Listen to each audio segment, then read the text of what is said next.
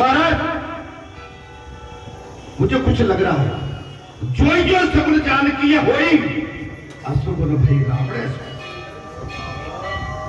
हमें कुछ ऐसा महसूस हो रहा है, कुछ बड़ा होने वाला है। हाँ महाराज, अदिति कश्यप का गृहस्थ आश्रम सबसे श्रेष्ठ था। अरे तुम्हारे घर में भगवान, अरे बेटा मानो तुम्हारे घर में भगवान किसी की अकेले की जागीर नहीं है। भगवान सब कल्याण के लिए प्रकट होते हैं। भगवान वही आते हैं जिनको भगवान की चाहत होती है।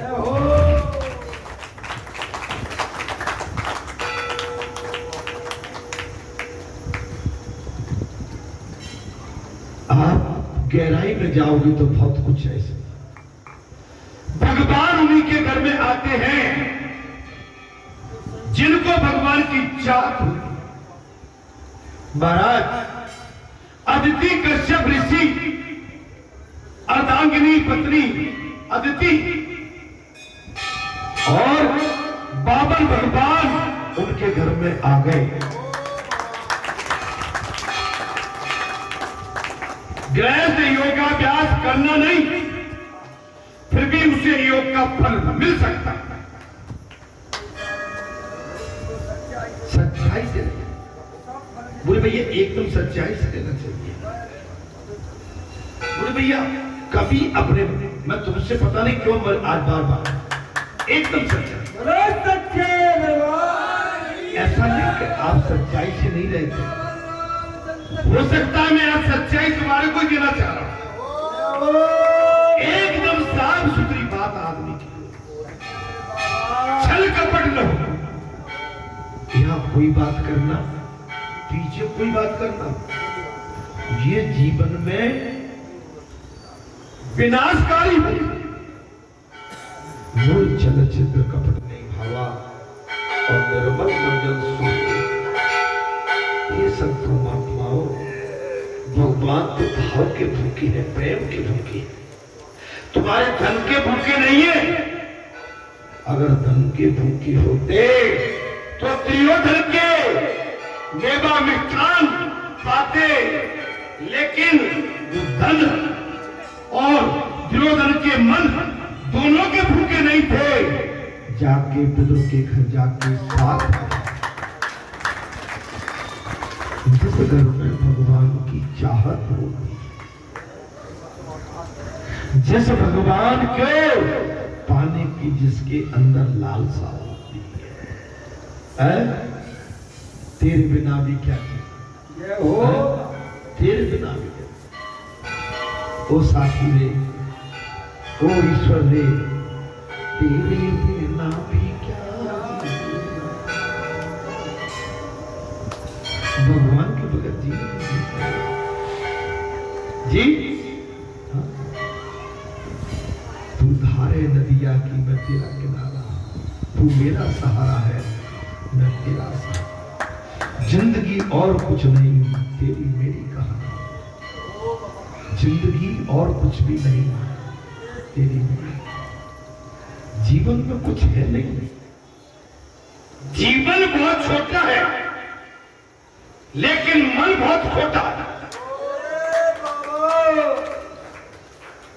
जो लोग योग साधना नहीं कर पाते, उन्हें गृहस्थ आश्रम योग का फल नहीं मिल पाता। गृहस्थ आश्रम में धर्म ही मुख्य है। गृहस्थ आश्रम में जो अपने धर्म को साधे, आपसे पूजा नहीं हो पाए कोई बात, कीर्तन नहीं कर पाओ कोई बात, लेकिन धर्म पे डटे। अन्यास किसी पे क्रोध मत करो, जलन मत रखो किसी से। भैया अब हमको कहीं ऊंट की हाथी की सवारी मिल गई है, तो वो भोंकने वालों को भोंकने दो। पीछे रखो।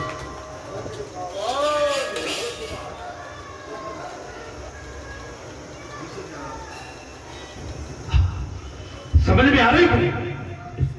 मेरा कमर पीछे फट रही है। बेटा तुम तो मेरे बैठे में नहीं हो जाते।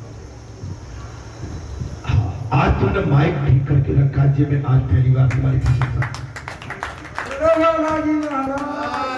आज लाइफ में पहली बार माइक ठीक है। गृहस्थ आश्रम में धर्म ही मुख्य है। धर्म ही गुदगुदा लगाया करो जी। क्या शरीर में चुभती है थोड़ा सा कुछ ऐसा ना गुदगुदा। चलिए, काम सुख तो गुण है ना जी। काम संसार का तो गुण है। ये तो आपको चुभेगा तो परेशान भी करेगा। जब से बल राजा घोड़े के बदले बल राजा घोड़े के बदले मोटर पर सवारी करने लगा और संसार के राजा क्या है? घोड़े की जगह मोटर सवारी करने लगा। गृहस्थ आश्रम में गड़बड़ी हो गई। घोड़े पे सावधान रहती, व्यायाम होता, बढ़िया लगाम खींच के रखती। आजकल की बर दूल्हा, आजकल के बर राजा तो को डर रहता है कि घोड़ा कहीं गिरा न दे।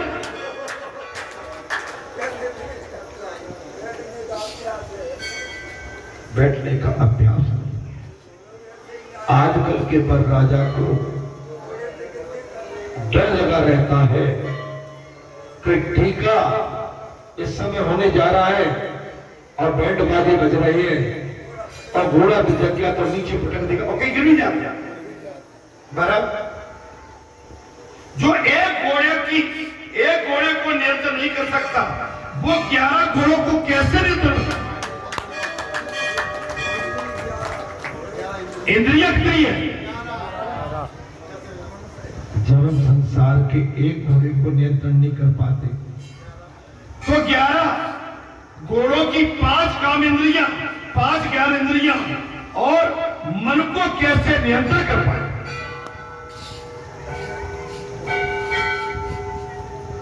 हम बहुत बड़ी डांट हाथ, आप अपनी सवारी को नियंत्रण नहीं कर पा रहे और जो 11 इंद्रियां आती है मन की, इन्हें कैसे कर पाए? गृहस्थ को तो इन 11 इंद्रियों को नियंत्रण में रखना पड़ता और गृहस्थ के साथ ये मजबूरी है कि संसार में रहने के बाद भी 11 इंद्रियों को अपने बस में रखना पड़ता, संयम रखना पड़ता। विवाह विलास के लिए नहीं, काम विनाश के लिए। विवाह विलास के लिए नहीं, काम विनाश के लिए। सत्संग में गृहस्थ आश्रम सफल होता।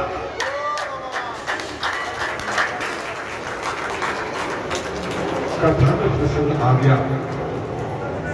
भगवान सुखदेव ने कहा सत्संग में जाने से गृहस्थ आश्रम सफल होता है, जो कि आनंद योगी को समाधि में मिलाता है। और जिसको सत्संग में आनंद आता है वो समाधि में चला जाता है। वही आनंद गृहस्थ घर में पा सकता है। वही आनंद अगर बोले भैया चाहो ना, आप घर में भी पा सकते हैं। किंतु इसके लिए पति पत्नी को चाहिए कि वे एकांत में कृष्ण कीर्तन करें।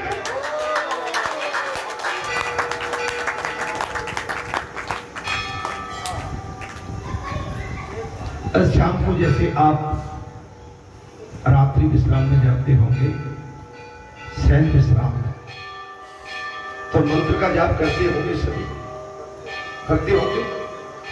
अच्छा, आप दोनों पति पत्नी हैं जैसे, ठीक है, अब अपन को सहन करना है। आप मुंह धोया, आपका जो भी गुरु का स्थान जहाँ होगा, इष्ट का आपका जो भी मंत्र होगा, उनके सन्मुख जाके वंदना करना। आके 2 मिनट बिस्तर पर एक इधर बैठ के इधर बोलो, कैसे बोलो? सीताराम सीताराम। कैसे बोलो? अब हम सोने जा रहे हैं, क्या बोले? सोने जा रहे हैं, हम कहेंगे सीताराम, आपको राधे सीताराम सीताराम राधे श्याम, सीताराम सीताराम राधे श्याम राधे श्याम सीताराम सीताराम राधे श्याम राधे श्याम सीताराम सीताराम। राधे श्याम राधे श्याम। आप पर जितने टाइम बोल पाए और अंत में जय श्री राम जय श्री कृष्ण।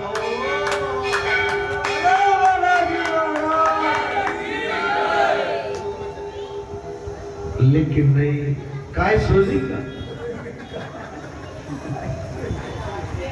सोएगा कहा महाराज?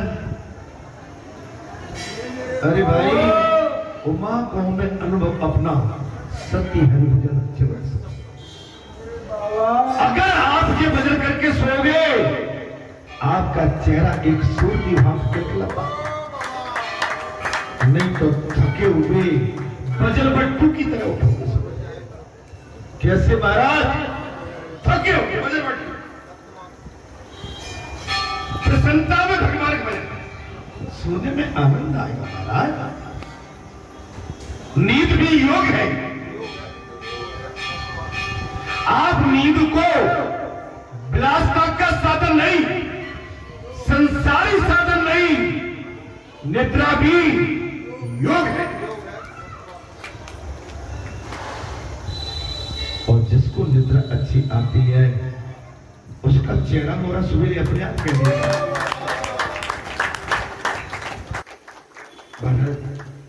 अरे भाई, ऐसे बंदे को डर लग रहा है। मैंने ऐसा क्या किया दिया?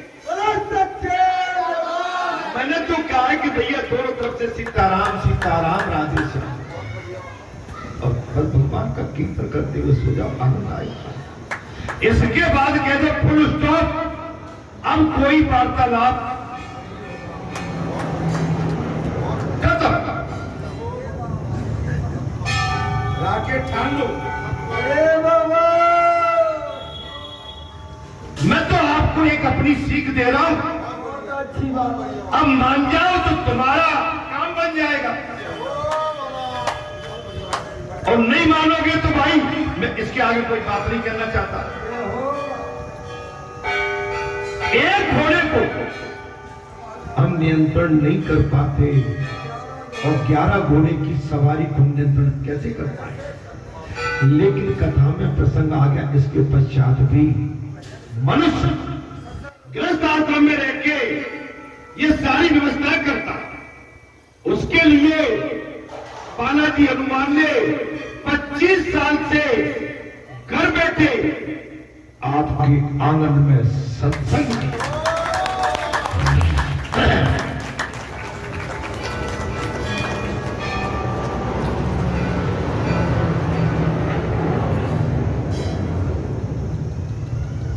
इसके लिए पति पत्नी को चाहिए कि वे एकांत में कीर्तन करें। जब इसलिए कहा श्री कृष्ण कीर्तन करें, पति एवं पत्नी को पूरे भैया गांठ बांध लो आज से। मंगलवार को पूछूंगा, चूक मत करना एक भी दिन का। अगर तुमने 8 दिन चुप नहीं करी पूरे भैया, तो तुम्हारा फिर भी उसमें कर जाओ, और लंबी बात बन जाए तो फिर तो शास्त्रों में गृहस्थ आश्रम की तो बड़ी प्रशंसा की गई। भगवान सुखदेव ने कहा, राजन, वेद शास्त्रों में गृहस्थ आश्रमों की विशेष सराहना की गई और निंदा भी की गई। वो तो वासना की है। निंदा किसकी है? वासना की। कोई भी स्त्री या पुरुष बुरा नहीं होता। कथा में प्रसंग आ गया, कोई भी या पुरुष बुरा नहीं होता, किंतु उसके मन में छिपी हुई काम वासना बुरी हुई। उस स्त्री या पुरुष के अंदर छिपी हुई काम वासना बुरी हुई। महात्माओं ने तो कई बार कहा है कि ग्रस्तों का आनंद योगी के आनंद से भी श्रेष्ठ है।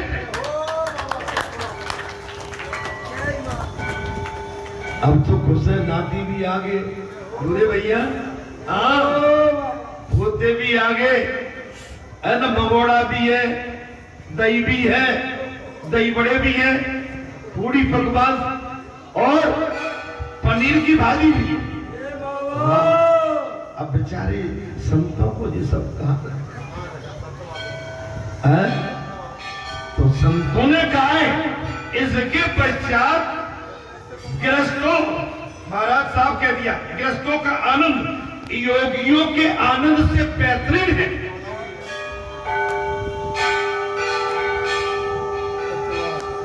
पुजारी जी और क्या चाहिए आपको? आनंद। ईश्वर के साथ खेलने वाला श्रेष्ठ है। ईश्वर के साथ जो खेलता है। अब आपके साथ आपको अचरज लगता होगा, अचंभा लगता होगा, ये संतो, ये महात्माओं, आपके आनंद में बालाजी सरकार खेल रही है और जब कई सिद्धियां खेल रही है, कई योगिनी खेल रही है। अरे जिनके गर्भ नहीं ठहरे उनके गर्भ रुक गए। जो संताप बीमारी से दुखे थे, दुखी, उनके दुख बताऊं आपको। अरे राजा महाराजा विष्णु भगवान यज्ञ जैसा यज्ञ किया। अरे ये तो राजा महाराजा भी नहीं करवा पाए। समझ में नहीं आता, समझ में नहीं आता। एक दिन का नहीं, 11 दिन, एक दिन का नहीं, 11 दिन का हजारों संत महात्मा, अगणित भगत महात्मा, व्यवस्था, सुविधा, साक्षात हरि की कृपा और बालाजी ने डंका श्री रघुनाथ का बजा दिया।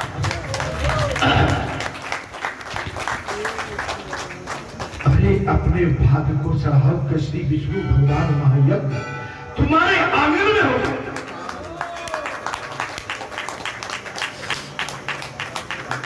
विष्णु भगवान महायज्ञ। अरे राजा रजवाड़े भी इसके लिए सोचते रहे। अरे हो गया, इसलिए तुम्हें लग रहा है कि हो गया? अरे हुआ था, उस दृश्य को देखते तब समझ में आता नहीं आता। दृश्य देखा क्या? तो महाराज फिर आनंद में नहीं डूबे आप? क्या बात है, कुछ और कमी रह गई है।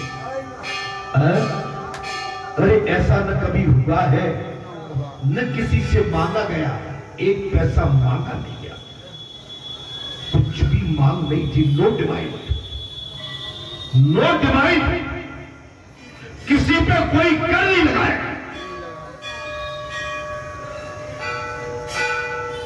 कम से कम 15,000 संत थे। संत भी देखने लायक, जिनके दर्शनों के लिए बड़े बड़े योगी दर्शन।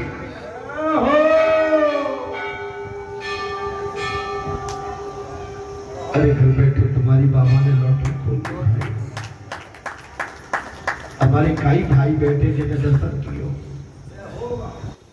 महाराज वो दिन, वो समय और वो याद आता है, रोंगटे खड़े हो। क्या लीला थी प्रभु की, साक्षात श्री बालाजी की और विष्णु भगवान की अपार दया थी। इस हवन यज्ञ में 3,25,000 गायत्री मंत्र पढ़े गए। आहुति राशि प्रदान की गई है। 3,25,000 गायत्री मंत्र का उच्चारण किया है, जिसके लिए सर्वश्रेष्ठ यज्ञकर्ता पूजनी आज के समय में मैं यही कहूंगा, श्री हरिहर शास्त्री जी दिल्ली से इंटरनेशनल कॉलेज संस्कृत विद्यापीठ के प्राचार्य आए थे संपर्क कराने के लिए। उच्च कोटि उन्होंने अग्नि ऐसे प्रकट नहीं की थी, लकड़ी लगन मंत्र से अग्नि प्रकट की। आज लेकिन इस संसार में उनकी मिट्टी नहीं है, लेकिन उन जैसा सहज सरल नम्र विनम्र और ज्ञान प्रचंड मैंने ऐसी शख्सियत आज तक कभी देखी नहीं, जिनके चेहरे पर प्रसन्नता का भंडार था, जिनके त्रिपुंड पर चमक थी, जिनकी वाणी में सरस्वती थी, सहज सरल विनम्र। लेकिन कोरोना काल ने उनको निगल लिया, उनका संसार कोरोना काल में उनका सूर्य अस्त। पूजनी महाराज जी, ये भी अस्त 7 दिन का टाइम आपने भी दिया, हमारे लिए बहुत बड़ी उपलब्धि है। हम रहे न रहे, लेकिन ये सिद्ध पीठ यहाँ की ख्याति बनके ऐसा उड़ेगा कि इसकी ख्याति पूरे भारत देश में सुनाई देगी।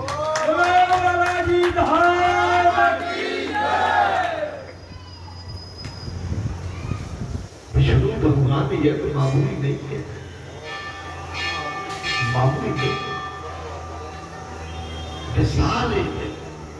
हे संत, हे महात्माओं, महात्माओं ने तो कई बार कहा है कि कृष्णों का आनंद योगियों के आनंद से भी श्रेष्ठ है।